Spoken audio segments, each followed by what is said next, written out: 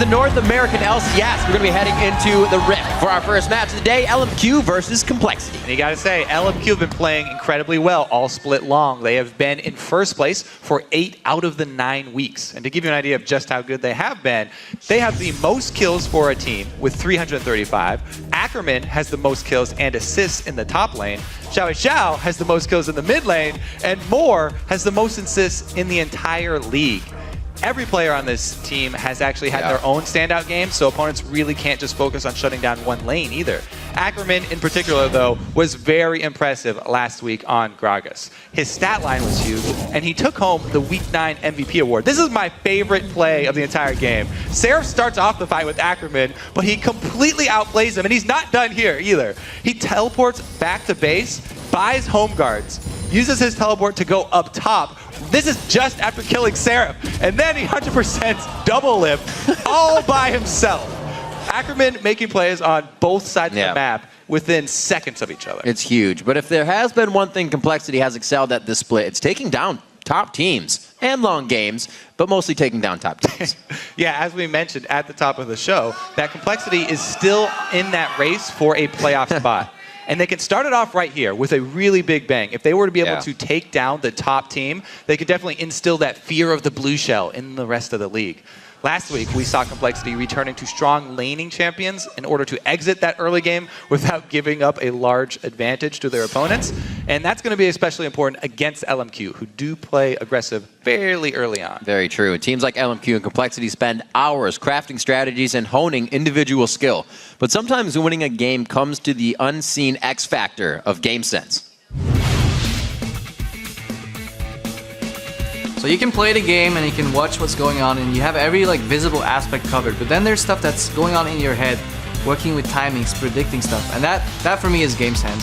But the best example is when you know somebody's in a bush, but you have no tells. There was no way to know. You don't have vision in the bush, you don't have vision behind it. You just know that somebody's there because your spidey sense, your game sense tells you. It's like deja vu, basically. When I see a scenario, I'm like, I've been here before. I know what to do this time. Practicing as much as possible, playing actually as much as possible, either solo queue, scrims, even normal games, just gives you so many different situations actually happening that when it actually happens in a real game, like a tournament game, you had that happen before and you'll know what to do. In the instance that I'm level 6's Kog'Maw, I can zone them infinitely. And if they start playing aggressive at all, you know their jungler's there to help them because they can't do anything otherwise. It's maybe obvious to us, but not as obvious to people watching. If you're playing smart and you're constantly trying to improve, you'll build your game sense. Even if a lot of pros feel like they don't get too much from solo queue, playing over and over and over, you'll learn patterns and you'll see patterns and you're just slowly picking up on things. The best players in the world are experts at that. They can read a team fight, they can read a skirmish, they can figure out what to do, and if they can figure out fast with their opponents, then they can come out ahead in a lot of situations. I think Ackerman has really good game sense. He knows when to pressure his lane, but he also knows when to kind of leave his lane for a little bit and go roam and make plays around the map. The flash comes in, Afromu hits a max range binding, feeding double with another kill. Our bottom lane CLG, we get ganked all the time, so usually that's my responsibility to know when everything's gonna happen. I could probably ask Meteos at any point in the game where the jungler is, and he'll give a huge jungle timer and where the enemy jungler is off just one question. I think everybody has it in them. It's just up for them to trust themselves. You can never really perfect League of Legends. It's an evolving game, and you have to constantly put time, hard work, and dedication into it. And I think the craziest thing about this game sense is that everybody's still learning and everybody's still evolving to get to a better level. And you have to keep it up on every champion that you want to be able to use too. That's why people have to walk this line between small champion pool. Well, everybody but FLICKR has to walk this line between a smaller champion pool that you know really well and trying to have enough that you don't get banned out. All right, well, let's see what the game sense is from LMQ Complexity. As we get into the starting lineups, on the blue side, it will be LMQ. That's Ackerman in the top lane, NoName in the jungle, Xiao in mid, Vasilii at AD, and more on support. And on the red side, it's Complexity with Westrice up top, Kez in the jungle, Probably mid, ROBERTxLEE AD carry, and Bubbadub support.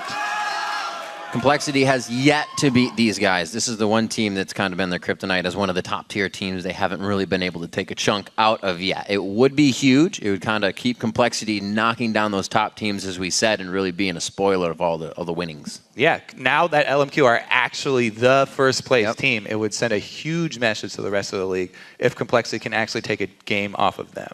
And we have to mention, as we go into picks and bans here, LMQ will lose a ban for talking during a pause last week. So that is not something that can happen. Sometimes the players do forget. You'll get a kind of a warning first. And then obviously if they can't remember, they do lose a ban. So we're going to be seeing that as we start off picks and bans. And we'll see how it affects them with fast picks. Yeah, now it's really interesting actually when one team only has 2 bans, because it does affect both teams and their strategy coming into the game.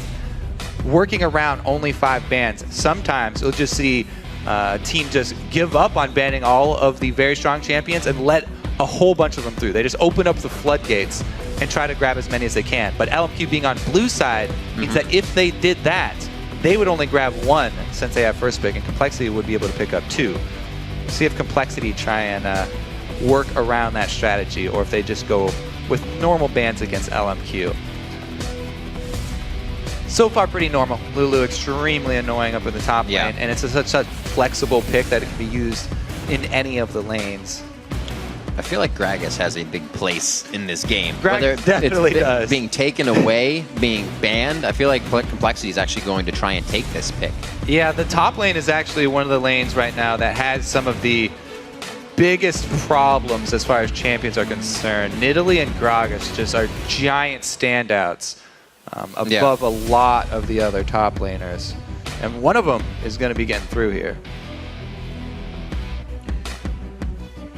Just waiting a few more. What does it come out? Oh, both of them. Sin. Interesting. This timeout on the selection, we'll see Complexity readied up, or actually LMQ's readied up with that loss of ban was the first one, rather. And so cover the Gragas once again. We did scary stuff. Yeah, we did just play that clip of Ackerman absolutely running the game. Versus CLG, but Nidalee being up, Nidalee's actually very good against Gragas. Now that she can transform into a Cougar at level 1, she actually gets a lot of power really early on and can go very, very offensive in the lane, especially against someone who starts out melee here. No matter how much mobility Gragas has, Nidalee's gonna go poke him down early. It's a big pickup for ROBERTxLEE, getting his Tristana, making sure that he can get to that late game with the team. Kaz can be a menace on Evelynn in the jungle. That's actually a big point that we didn't even introduce again, because it's been banned out so many times against Complexity. The Tristana, this is by far one of Robert's favorite champions, and something that they have had a lot of success on.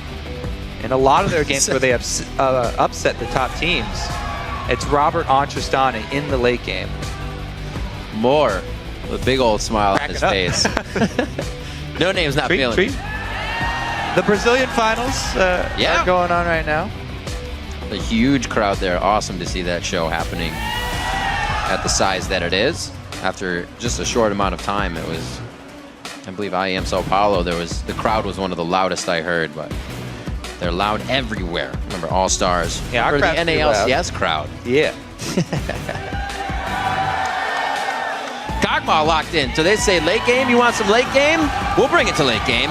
Braum locked in for the safety on that. And Complexity will now teeter-totter on what they decide to pick up. Yeah, and they combo this Kog'Maw with the Braum. So that lane is actually fairly strong. And it could go up against the Tristana lane, even though we've seen so many Tristana players just smashing their lane, shoving it in early, and using that great base damage of the explosive shot active to harass really early. There's a silent cheer for Victor in the back, and Jack. Robert's been a really big proponent of the early static shiv as well. Yeah, getting a quick Avarice, just getting gold, and then shiv it out. So I really like this Tristana for Complexity, because it does give them that power of shoving lanes really early and trying to get the early head start that they need. Like we said, almost in every lane it's going to be necessary. Nidalee picked up with Morgana. There is safety. Safety for the carry or safety for a diver with Black Shield. NoName on Rengar. Possible pickup. Yeah, I want to go over these Complexity pickups, though, because they're very good answers to what LMQ took in their first and second rounds of picks. The Morgana is always pretty much the premier answer against Braum. Yeah. Because you don't want to go with something like Nami, who gets her entire ult negated by a regular spell from Braum. Morgana pretty much does the exact same thing to Braum, though, and can negate a lot of his CC with her black shield. And Nidalee, as we said, pretty much the only one who can handle Gragas in the top lane. We'll see. It looks like Complexity are going to take the standard lane phase here as well. LMQ saying, yeah, we'll take that Gragas in the top lane again, but let's switch it up. Let's run Xerath for the first time in mid, and let's put NoName on Rengar for the first time in the jungle. I like At least that in the LCS. I do like that combo specifically against Complexity, because so much of Complexity's team in the late game revolves around ROBERTxLEE on the Tristana. If you have Rengar and you have Xerath, and you have Gragas, that's a lot of damage that you can get very far back into the Complexity line. No matter where Robert is, he's always going to have to be worrying about Rengar, Xerath ults coming in, even Kog'Maw ultimates. So they have a lot of long-range damage that they can do to take out Robert. It's and nicely sort of combined. circumvent the rest of the team and get It's around nicely that front combined line. with a little bit of that dive, too. After they get the poke that they want, that long-range damage, you have a Rengar and a Gragas body slamming into the fight. So Complexity's answer is add more shields. Yeah. You get more damage onto Robert, then we will add more shields for him. Orianna plus Morgana here. Pretty good defensive combo to try and protect that Tristana. Nidalee as well, if she's actually with the rest of the team and not split pushing, can even add the heal and attack speed buff for Trist. So LMQ coming into this game with loss of a ban in the beginning actually ends up picking two new champions we haven't seen come out of the LCS pools of both XiaoWeiXiao and NoName. So it'll be interesting to see actually how NoName, who likes to be aggressive and calls the shots, kind of has to play on a Rengar who more or less waits the 6 before he really makes those engagements. While the teams load onto the Rift, let's see how you've been voting. According to LOLesports.com, 76% of you think LMQ are going to be taking the W. And as always, if you start to second guess your vote, then you can continue to update it by tweeting hashtag LMQWin or COLWin. And extra add in that at LOL Esports just so we can see it. So how will we feel Kez will be playing against that Rengar? Do we think he's going to find NoName? Do we think he'll try to kind of put a stick in his spokes in the beginning of this game and slow down that 6? I mean, that's always a good plan against Rengar, especially if you're Evelyn. Because if you can find him at a camp and using his abilities on the camp, then it's very easy to bully him out of lane. Both of the junglers are probably going to be looking for those early wards, though. Kez's focus is always on vision. And Evelyn is actually one of the best champions for a jungler to get early deep vision, because she can walk right past your opponent's wards to place her own. So that's why we see a lot of the best Evelyns doing, investing in those vision wards and getting that down really early. Because if you get them down deep, you can see where Rengar's going to ult. And yes, Rengar ganks are really annoying post 6, but if you have the deep vision, you can see when he starts it off and just back off. And then he feels like garbage if he just wastes his entire ult. It's always awesome to create those high-value, low-risk situations for yourself early in the game. That's what Complexity likes, to try and get their advantage, and we'll see if LMQ allows that to happen here. LMQ, however, bringing out a pretty ferocious composition of their own. It looks like we got the AD carries looking for late game. We'll see how the lanes go. We have, remember, Kez, one of our junglers to watch coming in on this week. Welcome to Summoner's Rift. Thank you. I don't think I've ever thanked her for that. No. Actually, she's every single game, she's so nice. It's consistency. Welcome back. Well, yeah. Line of scrimmage start here for both teams. Doesn't look like the early invade. We're going to start starting with those traps. The traps do a large amount of percentage health damage and now as well. So it's always very nice to set those up very early as you get to regenerate early on. Ackerman on Gragas, though. Busted moves. Oh, no! Composure. It's just Braum playing with his puppy, okay? That's his pet. Little did you know, Kog'Maw is Braum's Man's best Loyal friend. dog. Man's best friend. Void dog. It's a Void puppy. Puppy. He's still young, innocent. All right, moving out to the buffs. Looks like it's going to be a standard start. Nothing wrong has happened just yet. Yeah. We'll see what happens. Biscuit starts, Spell Thief over to Relic. A little bit of gold generation on both sides, but we'll see if Bubbadub tries to get himself aggressive. He's always trying to hit early Dark Bindings.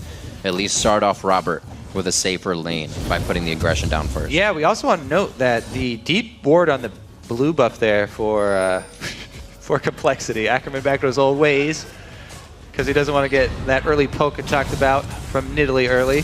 But yeah, the deep ward on that blue buff. Ooh, Braum passive proc on both members here already. Talked about the power of Kog'Maw and Braum in lane. They get a nice early jump here. When Tristan is not able to push this Braum lane in, then that's a pretty big win for LMQ. Because Tristana has great pushing power, and that's one of Braum's weaknesses. Ooh. If you can get under the turret, it's going to be even harder for ROBERTxLEE. You can see him cautiously auto-attacking constantly, help to keep that lane push. Yeah, the early CS is always a little difficult with Tristana just because the explosive shot sometimes it puts you in a less than ideal situation with the minion health and you lose a couple, but it's even worse under the turret. We do have to mention though, over there when we are taking a look at Kez, he was trying to get the small minions for that red buff in a line so his Q will hit all three at the same time. But he did fumble it a little bit. He's making moves. Yeah, we'll These are the early wards we were talking this about. is the deep vision he's High value, low risk, can't be seen. Complexity, wow with the vote, 62 to 38. That was a 70% vote, I believe, for LMQ coming into this game. See how it happens in mid lane. Probably working the mana bar very well here. Yeah, it's actually something that's very important against Xerath. If you can use Orianna to zone Xerath from getting his auto attacks down, one of the biggest points of playing Xerath is making sure you get your auto attack every time your passive is up, because if you don't, then you do have mana problems. So you'll see really strong Xerath players. They'll always find some way to get their passive proc off, auto-attacking hopefully a champion, but minions work as well every time it's off cooldown. But if you can zone him like this, like Prolly's doing, then you can get him to have some mana problems early on. All right, so we'll see what XiaoWeiXiao can continue to do here against Prolly in the mid lane. CS quite even. But Prolly's not going to be seeing any ganks from Kez, so he has to keep that for himself. Kez is going to be keeping NoName down, or at least being as sure that he's as big as NoName when he tries to hop out of the jungle the first time. Still that 300 gold lead coming in for complexity. ROBERTxLEE and Bubbadub in a little bit better of a position here with the wards to stay in the face of Vasilii, but these guys are still just having a blast, I guess, the bottom lane. Yeah, the joke spam is the universal language. No matter what language you speak, everybody knows what Vasilii's going for here. Vision from both junglers, heavy priority as we said. They both have the pink wards, but NoName with the early sweeper start. Oh, the flash in! Kez a little bit miscommunication there with Prolly. Looks like they will take a little bit of damage on the exit there. But XiaoWeiXiao still with the flash in mid now knows he's a bit safer because Kez blew his on that turn. Yeah, and Rengar's doing a good job farming up so far. Already got the Madreds completed. Whoa! Whoa! The burn! It burns! Oh, it's burning! Oh! He goes down! Prolly with the fast first blood! Prolly with the solo first blood. So rarely do we see solo plays being made, but Prolly comes up huge against XiaoWeiXiao, who right now is actually dropped down. He's got the second most CS at 10. Kez though coming in for another early action here from Complexity. He's not done. See the flash in the top lane. Yeah, Westrice not able to get that mark onto Ackerman to follow up. That was big with though. The long range pounce. Very nicely done. Kez blowing the flash in mid, able to blow a flash in the top lane. These are the small advantages that Complexity looks to grab. Can they get it now to ROBERTxLEE's lane? It's 42 to 39, so pretty even throughout that duo. Yeah, we'll keep an eye on this mid lane here, because if Prolly can get the large lead early over XiaoWeiXiao, he can definitely continue with that zoning we were talking about. And when you zone Xerath, you force him to use so much of his mana on the creeps just against CS, plus you deny him the auto attacks for his passive. and it takes away so much of the mid lane power that's really important with controlling the early jungle, which both of these teams have been relying on. Deep wards, though, inside the camp. Right there, yep. The best thing to do against Evelynn. Is immediately going to get rid of that, though. Yeah, quick sweeper out. Wow. Max range. The length of that stun coming in from Xerath, definitely dependent on the range of it. Probably going to defend his pink ward here, though. Doesn't want to let XiaoWeiXiao even get back to the minions. He's going to lose out some experience here, too, even though the range was increased. Yeah. If you go all the way around that corner, then you do lose out on the experience. Westrice takes out the pink ward really early. So that opens up Ackerman to more Evelynn ganks. That pink ward tax that we always talk about, hitting LMQ pretty hard early. NoName knowing he can just kind of wait around in the jungle. That 6 very close for him, as we saw in his experience bar. He's just going through the jungle as he stacked up, not stacked up, but grabbed that Madrid to get through it a little bit faster. 7.5 on the clock. Probably his first blood is really the only thing that hasn't been reacted to yet by XiaoWeiXiao and team. Now level 6 NoName, we may see a buy before he tries to get a gank out here. Yeah, the other thing you want to look for when you're expecting a Rengar gank is the full ferocity stacked up. Yeah, he's just going for the check there. Just maybe, kinda. But not really. But it's already been taken.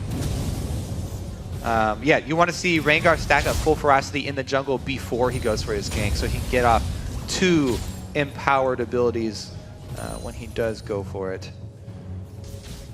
So now Complexity has a bit of an idea. Rengar's on the top side, Yeah, giving blue to XiaoWeiXiao. They've pinged it out, so this is a bit more control here for Complexity. I don't think they're going to be able to use it, but that safety in lane allows them to maybe set something up here. We can see that. Probably he's just going back to farm wraiths, make things easy for themselves, and try to get a bigger lead. 72 to 66 there. It's not very often we see XiaoWeiXiao down in CS coming up on the 10-minute mark.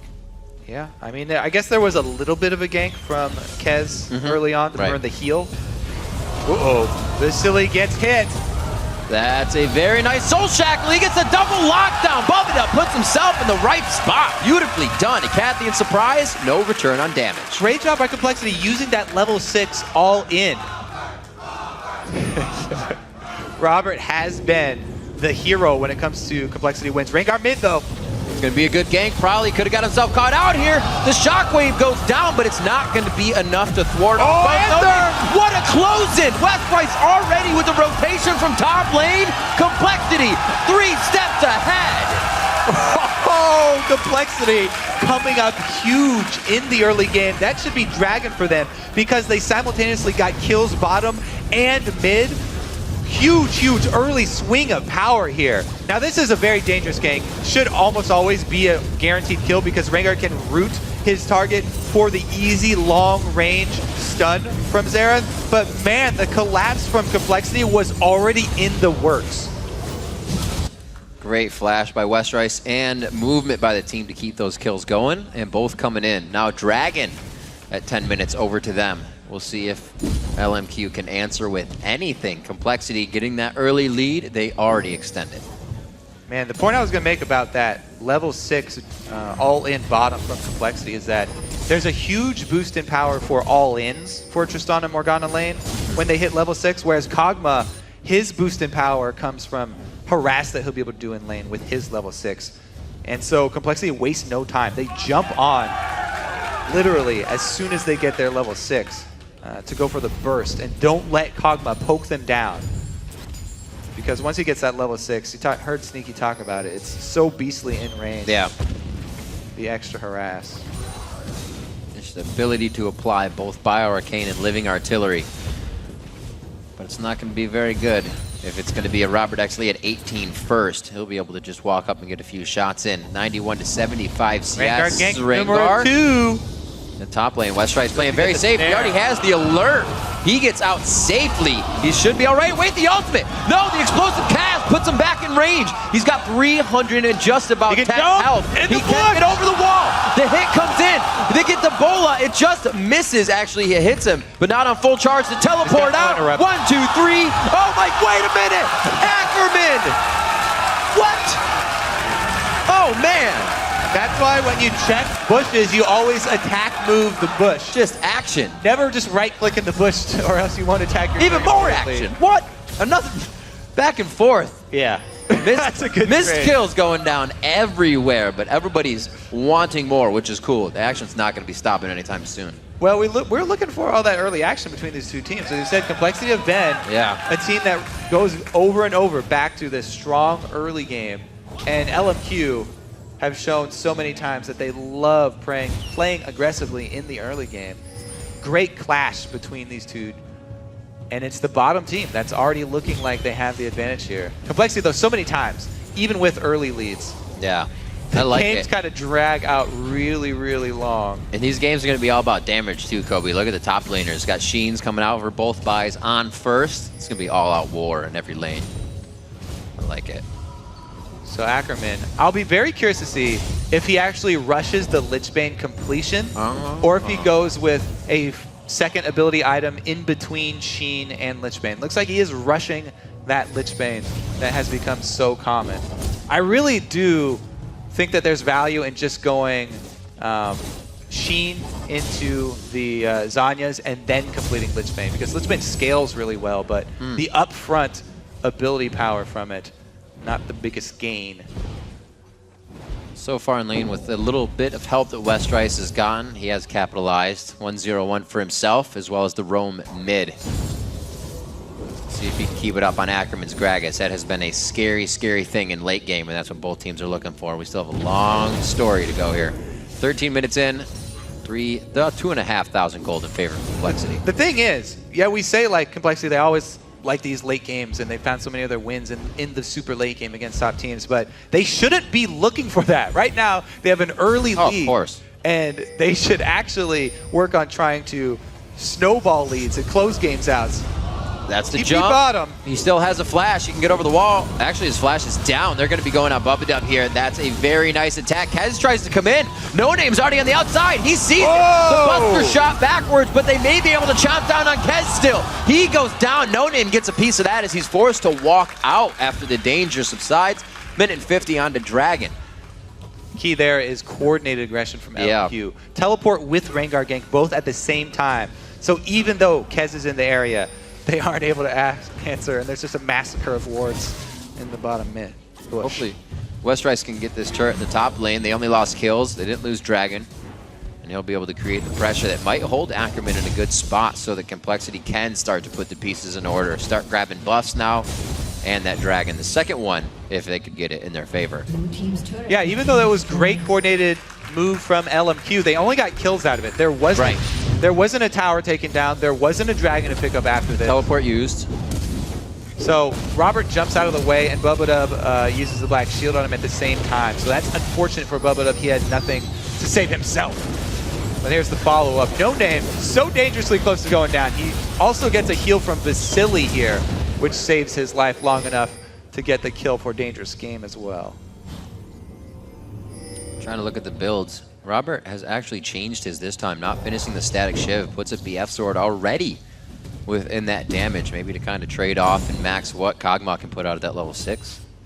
30 on Dragon, and Ackerman's going to be staying up here for the turret. He might be able to walk down after this unless he continues to pressure.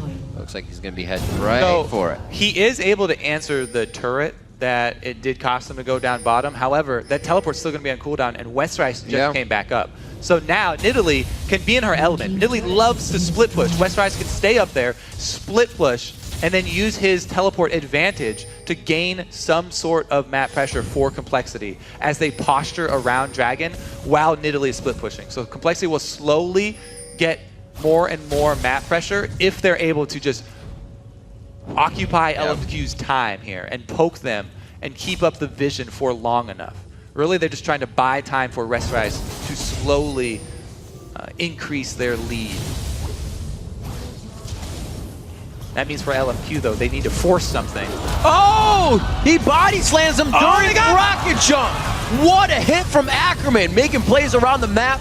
And Westrice is going to be forced to use his teleport, and what looks like the fight has already ended for Complexity. NoName wants to get back in. The Living Artillery, along with the shots from Xerath, not enough. It's just going to leave Westrice about 200 HP for a Primal Surge. He'll heal himself up and be safe with that sustain. Good fight from LMQ. They're posturing now for that Dragon again. That's the tricky part. When you do have the split push advantage, you really need to rely on your 4-man squad to not get caught. And LMQ do a great job of forcing it. They just have so many options to force the issue with Complexity.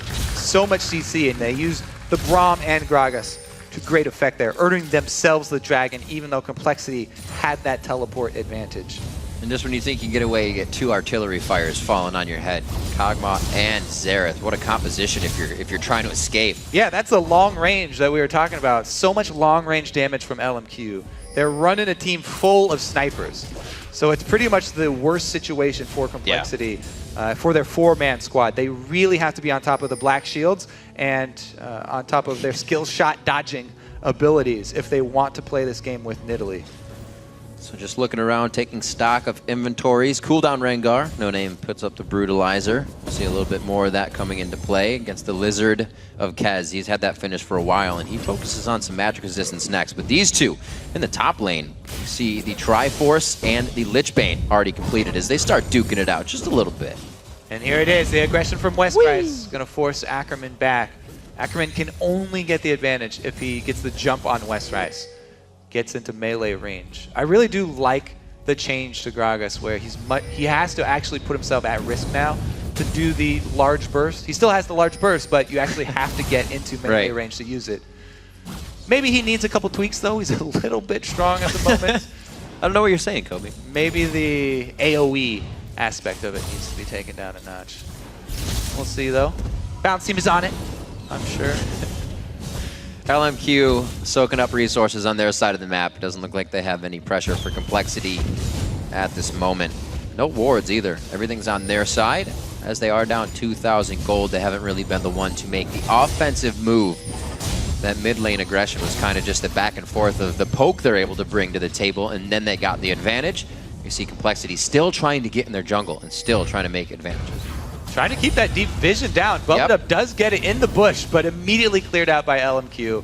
They've got 3 sweepers now and already the scrying orb as well for XiaoWeiXiao. I like the pickup here. Usually it's an 80 carry to get it, but Xerath can use it as well to go for those snipes. If someone gets into the fog of war and thinks they're safe, we may see XiaoWeiXiao with one of those long-range surprise artillery kills. I'm going to see. We've seen some good snipes, and we've seen some maybe his eyes were closed snipes here goes from the one EU for the blue buff to the again. NA LCS. Pretty good so far coming from XiaoWeiXiao. Doesn't have to use the orb on that one, and it's down. That definitely left something to be desired there. Because, as we said, Complexity have a lot of shields to use. That's true. So, timing it's got to be remembered. You only have a small window. It's just the all-out battle now, Kobe. Nobody wants to go anywhere. It's the mid turret next, it appears. All right, let's see here, because there is no teleport for Westrice, so they don't really have that option. Even if they wanted to go back to that style and think that they have a better chance of dodging this time, they don't have the teleport. And it's very risky for Westrice to be on his own. Since Vasilei's down here, though, he knows his team will not be collapsed on. And Vasilii, by the way, on that Kog'Maw, going with the Blade of the Ruined King first actually does help him if he was in the situation where he had to 1v1 with Westrice to give him that extra disengage, since Nidalee will be closing the gap. Nice shots coming in. Look at the CS here, 201 to 190 in that mid lane, right on the backside. Bubbadub looks like he got caught up on some minions. They may have gone for a dark binding there, but the rest of the team just putting and applying a bit more pressure. Item threshold for the 80 carries, just about an infinity edge here for ROBERTxLEE, and just about a static shiv, possibly, or that Phantom Dancer coming up for Vasilii. All right, let's see if Vasilii can bait in Westrice and then have a NoName gank come in. Westrice, that always has to be in the back of his mind. Anytime there is a Rengar on the team, it makes a split pusher's job much, much more difficult. Scary. This deep ward, though, might... Oh, NoName gets right around the vision of that ward. Sneaky, sneaky NoName. They are doing a really good job of setting up this bait. Vasilii looks juicy for Westrice, but he's not taking the bait. Westrice has become such...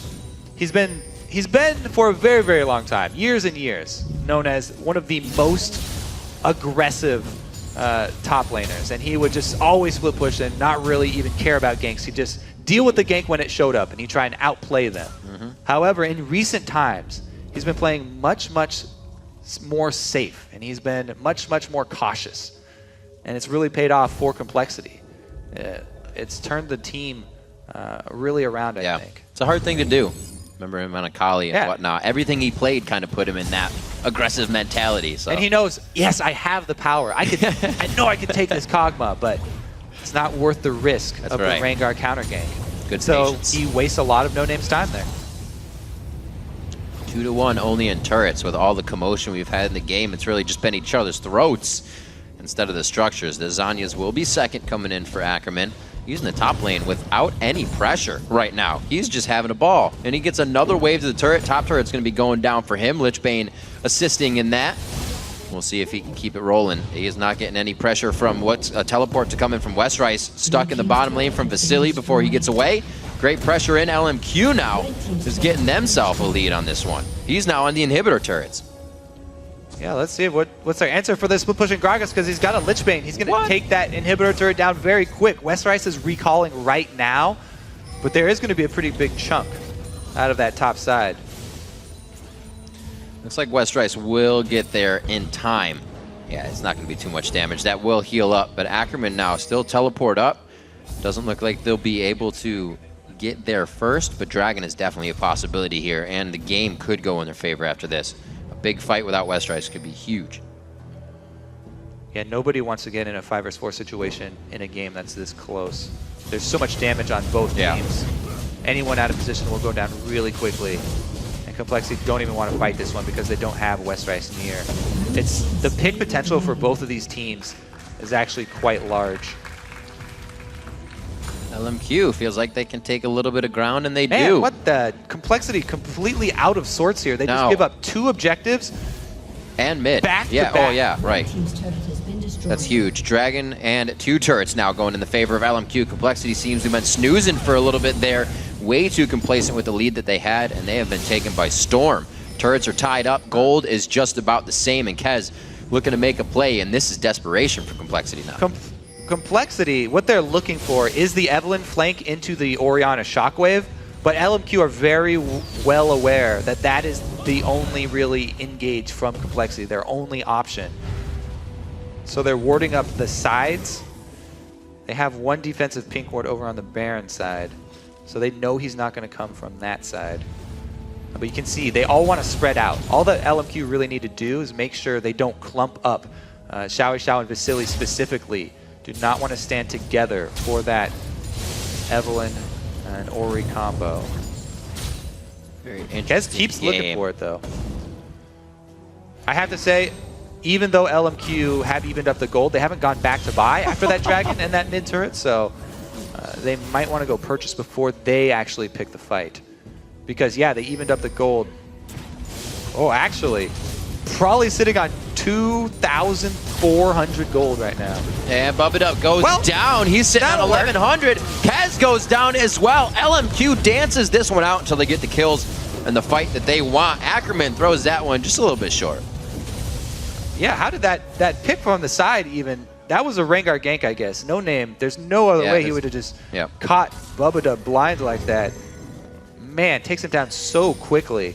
That support Morgana has no armor and very little health. Very easy for damage Rengar to take out since he does have Brutalizer at least. Something that LMQ is really good at capitalizing on. Let's take a look. Oh, Morn sets it up into the...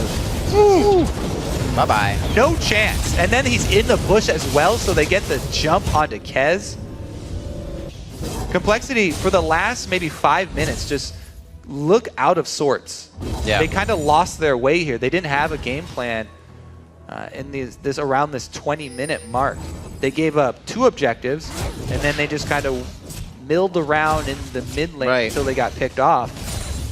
Not a clear plan for them as far as the mid game goes, and that's what we've seen so many times from them. Their early game, methodical. It looks great. You know, they get the side kills, they get the picks, they get the dragon control, and they seem to come out with these really early leads a lot. But then they always lose it in the mid game, and the game just ends up going extremely long, and they can't really finish or capitalize on any sort of early lead that they've gotten. We'll see though. They do have Tristana with a 2-item power spike here. Shiv plus Infinity Edge now completed. Yep, a little bit of her own sustain. Ackerman's been doing a good job at cleaning back up and finally get these guys back to a split push. If they can even make it happen. Looking for Westrice here, coming out of the base. He still has teleport up. LMQ feels like they are in the driver's seat now, and rightfully so. They made such a move recently on Complexity.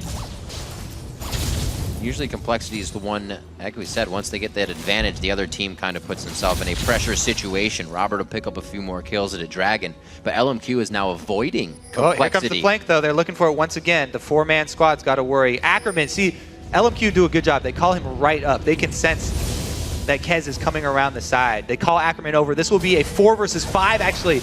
Complexity start off the 4v5. There's the Blade of the Rune King. He still has to use it. Kez gets taken down immediately. Vasilii with the fast fingers and the help of his teammates on that. Bubbadub's going to be going down on this. And LMQ, like I said, they are avoiding Complexity until Complexity steps up to the fight. And then they use all of this to take down the fight. Ackerman still in range, gets the Q slow, and they are going to get another kill over to Vasilii.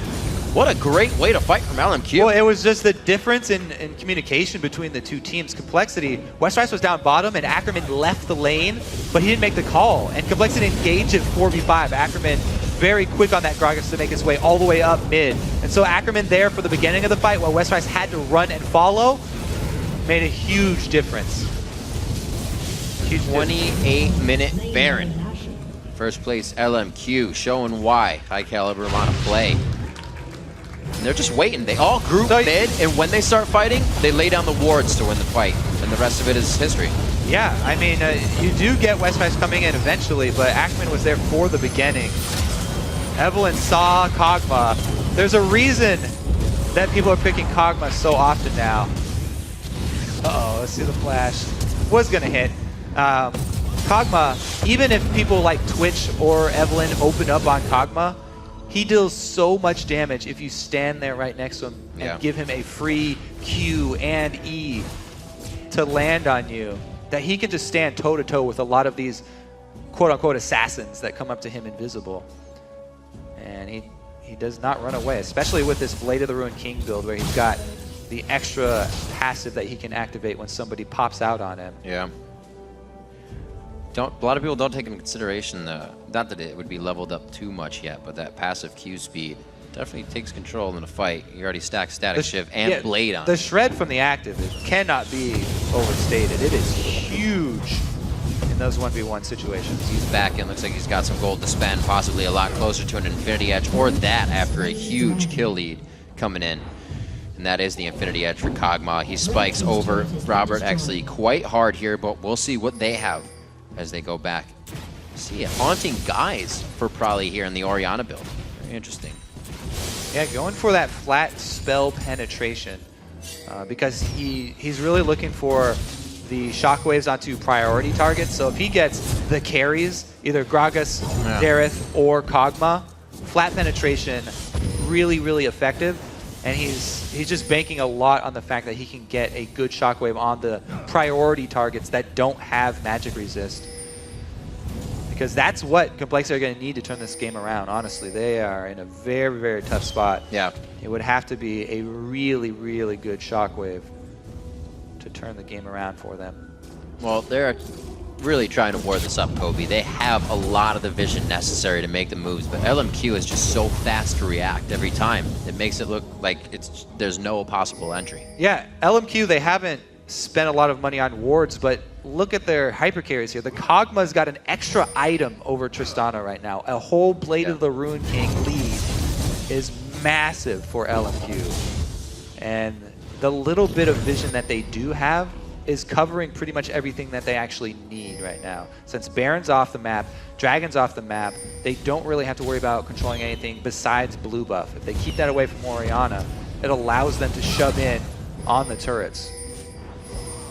Probably already wearing it though, so they'll have to wait for a respawn. See how far back Complexity stands from that turret. It's really where LMQ's composition excels once they get up to that point. Well, they can't fight without Robert, definitely. So this is definitely a trade of turrets that they're banking on here. They're hoping that they can wave clear with that Ori, but it hasn't been enough. Yeah. Well, Robert doesn't have any attention just yet. They don't have vision on Ackerman backing, so he may feel a bit scared in that spot. He will see Ackerman in a second. Robert keeps pushing here. Yep. Whew. He knows what happened to double lift. Ackerman just throws behind. I've seen this before. Ackerman doesn't want to give up either. Gragas could take this chase. Oh, man. Oh! What? What a throw! Ackerman on the Gragas has been just destroying 80 carries left and right. And that was yet another example where he gets to use the teleport to join the team after he gets a kill. Should be a huge win for LMQ here. Yeah, losing your 80 carry at that point in the game during the split push, not a good situation here for Complexity, and they're going to be losing an inhibitor right away. Last shot from Vasilii comes in, and that's going to be 32 on the clock for the first inhibitor. Yeah, and you can see in that gold graph the huge difference in the mid game there, where Complexity kind of stopped making the decisive calls, and LMQ just took several uncontested objectives. We'll see if this flank works out, though. Evelyn in the back. They've got no power left. Up, bro? There's too much to dodge. He has to dive into death in one way or another. Kez tries to get himself out. He flashes. Definitely a suicide mission. Bubbadub's now focused as the kill. LMQ has taken the inhibitor first time and every time they've played Complexity, and it's only been a matter of 3 minutes after for them to win the game. They'll repeat history once again. They'll drop top inhib, and they'll be going for the Nexus turrets. Quadra kill for the Kotma. And Vasilii just sits in those double turrets after his quadra kill goes down. But it will be a victory for LMQ, and well-deserved. Absolutely. Great push on the mid game there. Definitely something for Complexity to go back and look. The falter of the mid game is LMQ made sure to take advantage of that. They run it to 33 minutes, 15-7, and a 12,000 gold lead at the end from almost nothing. LMQ takes down Complexity in our first game of the week.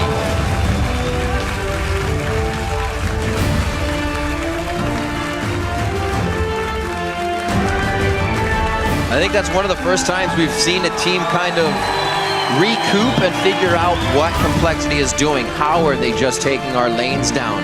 But then again, we saw the early game not being a game of objectives. It was a game of champions. And LMQ, they know how to play the champion game. They'll dive you, they'll poke you, they'll kill you, and then they take a mile after getting that inch. They were able to turn that spark on after just one of those mid-fights and really take control of the game. Yeah, really well executed, and we will probably never see Ackerman get Gragas again. No. Especially in his current form. That'd be crazy. Even with a lost band. Even with Nidalee laning against him, Westrice is not able to put pressure on Gragas and an early kill on him, or an early flash blown and then attack. Yeah. Yeah, even with an Evelyn jungle and a Nidalee top lane, not a kill. Almost the most pressure that you could have in that top lane in a 1v1 matchup. Yeah, definitely not going to want to be giving away Gragas any longer. Very strong play from Complexity in the early game when they do just have the most power. Rotations from Westrice in the top lane. His individual play in general, you know, has been getting a lot better. But at one point when they do kind of get put under the wave and then they just keep getting spun around, they can never get back to the surface after that. And LMQ made sure to keep them down. Yeah, LMQ definitely proved that they deserve this #1 spot, and they're going to hold on to it, regardless of who management is. The players are going to take care of their business. So like you said, that Gragas, built in so many different ways that we've seen now. Now a Lichbane rush coming in from Ackerman. He wanted the power. He wanted to be able to create split push opportunities. Well, yeah, that's what we saw last time. He showcased this full AP Gragas. Wild. It's really fun to watch when he does get those 1v1s with 80 carries, which he keeps finding. And we got a deja vu moment in the bottom lane again. It's kind of crazy that you always see that consistent play from one person, but yet a team would still allow them to get that champion. Maybe it was just a few times. Maybe it was that any given Sunday moment. But with the consistency we see from LMQ, we read the stats off in the beginning, kills, assists. They hold the accolades on that team for having some of the highest. They're not a team to be messed with or given the champions they feel comfortable on. So right now we're going to throw it over to the guys at the analyst desk to break down LMQ's win. Thanks, Riv. We want to welcome Aiden Zyrene Moon to the desk, as usual now, to help us break down that LMQ win. Now, I want to touch on a couple things real quick at the beginning here. The first being Complexity got out to a really, really quick early lead. But then I want to touch on LMQ dismantling that lead. So, Zyrene? Yeah, it started off with Complexity getting some nice picks and rotations around the map. It's probably Kez's shot calling there, but then when it came into the late game, at the start, we had all those stats. Ackerman #1 in kills for top laner, then we have more #1 in assists. When the team groups up for LMQ, they win the team fights pretty much just flat out. Every time they grouped up, they got a positive lead, they took objectives off of it, and that's a shot calling of NoName coming in and being more objective team fight prowess focused with their mechanics.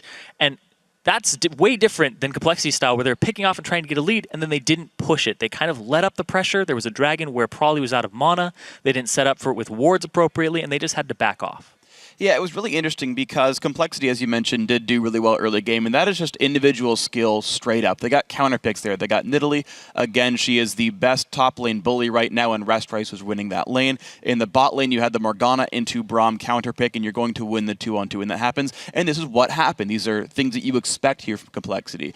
We also had Probably the wild card show up as an ace instead of a deuce there, so he actually did really well, and also got the extra kill in the mid lane. And these are things that Complexity can oftentimes rely on, and that's good. The problem is it felt like Kez didn't know what to do once they were up against some real wave clear. Early game lead, couple thousand gold, and then he suddenly couldn't deal with Gragas split push. He suddenly couldn't deal with doing dragon timers right, or when the Tristana siege isn't working anymore, he's out of plans, and his turrets are suddenly falling over. And that's a really big problem they need to fix. Well, so how do you fix that? You know, you understand what the problem is, but you've picked a comp that seemingly has a lot of counters, as you point out. Where's the fix? You basically, I mean, it really depends on how you want to do it, right? A team can simply come in and say, we're going to keep playing the same type of strategies like LMQ does, always aggressive teams, and say, we're going to figure out how to play aggressive and either tower dive you or split push better against this. Alternatively, Kez needs to sort of come up with a new strategy instead, right? You look at other teams, you look at teams better than you, guys like Samsung Blue, you know, etc. All these great Korean teams out there, and say, okay, this is how these guys are adapting to the problems. These are how these guys fix these issues, and you learn them, right? It's Kez's job to learn, how do I move my team around late game? Letting Gragas push 2 turrets top lane and recalling late is not a play you're supposed to make.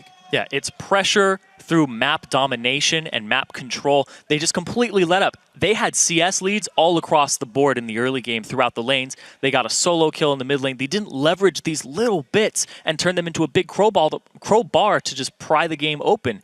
They kind of just got very relaxed.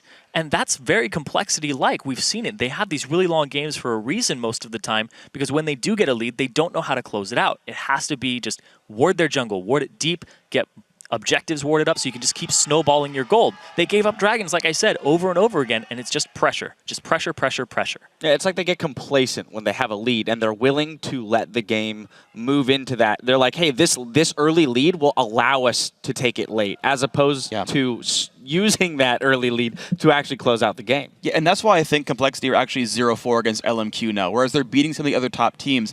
Is LMQ are a team that will never sit there and be lax, and as you exactly mentioned, I think it's exactly right, Complexity, they're so good individually, they can get the early lead, and they say, well, we'll just snowball. Somehow it'll just happen. But LMQ are so good at finding those cracks and saying, well, there's a kill, there's a pick, there's a dragon, game over. All right, well, let's take a look at our first replay. It's about 27 minutes in. It's where LMQ kind of makes a big push, gets a 3-for-0, and then takes Baron off of this. Zyrene, if you could walk me through this. All right, well, what ends up happening here is we see them just come up on the side. Boom, Kez, he's trying to flank. The command protect actually gets stunted by the unbreakable of Braum, so the shockwave actually goes off, but it doesn't go off cooldown, because Probably went too far to reposition the ball, and then didn't actually get his ultimate off. They end up picking up Robert here, and that transitions, Bubbadub, and they get him very low, and that transitions into them getting a Baron pretty easily because of the flank. Kez, he stuck to that battle plan of we're going to continue to flank them. He didn't adjust mid-strategy, and we see that later on in the game too, where he keeps trying to go for these flanks and not adjusting his battle tactics. Yeah, I just felt like Kez was sort of trying to find what was going to work mid-game. He's like building the plane mid-flight, sort of, because he realizes, oh shoot, this siege isn't working. Okay, let's try to find a flank that's going to work. But the team's not on the same page yet. Probably's out of range. Kez gets this beautiful flank. He gets a one-on-one against the Kog'Maw, and that's like, oh my god, Braum's not there and I found Cog. This is the holy grail for every jungler ever, but Probably's not there to shockwave him. And when he shows up, Braum blocks it, right? Like, the right ideas are there, but they're there 5 minutes late every time for Kez. So is this lack of preparation then on Complexity side by saying, hey, presupposing we do get that early lead, here's the steps we're going to need to follow to dismantle this team? It's one of the issues of a newer team is we've heard so many players say scrims just are different than actual LCS matches. Players are so much more risk averse, they're so much more reserved, you just don't get that type of practice. And Complexity are one of the new teams in the LCS. They have less of these really close, tense games where no one's making mistakes. And normally if you're going to play a slow reserved, we'll capitalize on you style, that works in scrims because people are loose and they'll screw up. And here you're seeing LMQ be very smart about their movements, very direct when they split push, but they're grouped up otherwise, and suddenly there's no random picks to be had, and they don't know how to force it in anymore. I kind of don't buy that excuse, though, because LMQ have been in the LCS the same duration of Complexity, and they actually have some veterans there with Prawley, who's been on the stage before.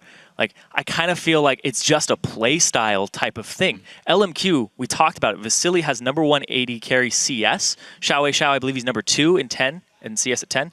These guys, they get really early leads, then they team fight, and they win the fights off of that. When they get behind, their team fights are a little sloppier, because they don't have that advantage. Complexity were in a spot where if they started team fighting and they team fought correctly, then they would be able to come out on top and then just keep snowballing the lead. It's just those little things where it's like, when do we group up? How do we group up? What do we put vision on? And what do we deny them vision of and make a pick? Okay. Well, I'm curious because, too, there's veterans on both teams. You've got Ackerman on LMQ, right? So we do have that veteran presence, and I guess one of the questions would be then if Prawley is doing what he needs to do as the veteran to kind of teach them these lessons, right? Yep. Earlier in the split and say, hey, this is how we're going to have to perform in competition. Anyway, it's time to get into the last replay here where Kog'Maw actually picks up a quadra kill at the end of the game. So, Freak, if you don't mind walking us through the final replay of the game. Sure. So at this point, it's LMQ using their lead properly. They'd gotten Baron recently, and they're basically just ahead, and so sieging is fairly easy. They push on in, and the thing is, Vasilii just feels very confident as long as they're aware of where the Evelyn flank could be coming from. Unfortunately, he doesn't see it come in, but there's just no follow-up. Look how far away Prawley is, right? There's no one to really punish the back line. Everyone just kind of falls over, and at this point, you just have a gold lead, and unless you can stack crowd control on your opposition, and you don't have very much aside from Shockwave, there's just not much to do there, and so it's actually pretty easy to walk those fights in.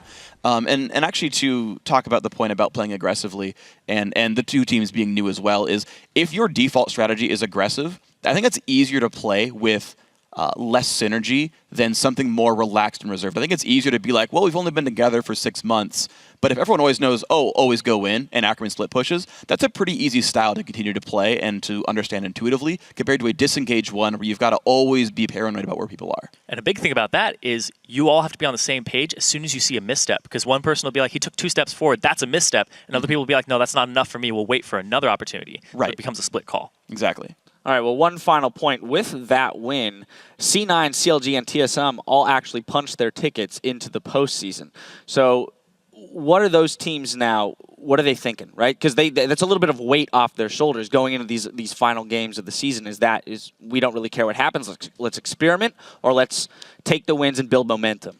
Oh, it's absolutely not a time to be lax right now because these guys are still, they've all got 5 to 6 games left in the season, and they're 2.5 games or 3.5 games behind LMQ. And a first-round bye is really important because all the playoff teams are super good, and we're seeing that from Curse, Dignitas, and the guys who are locked in the playoffs. So skipping quarterfinal, huge deal.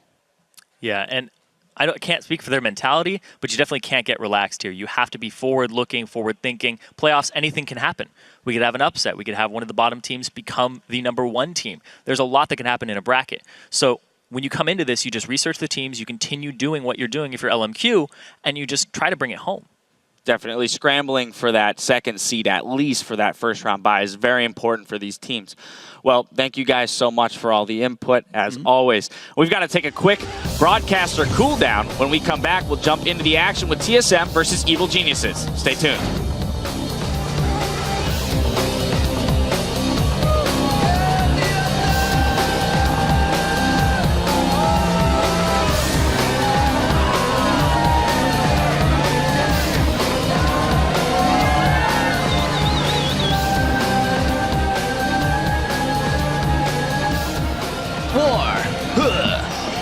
what is it good for? Absolutely nothing. The shockwave goes down, but it's not going to be enough to thwart. Oh, Ender! What a close-in! Westrice already with the rotation from top lane. Complexity, 3 steps ahead. There's the Blade of the Rune King. He still has to use it. Kez gets taken down immediately. Vasilii with the fast fingers and the help of his teammates on that. Kez tries to get himself out. He flashes. Definitely a suicide mission. Bubbadub's now focused as the kill.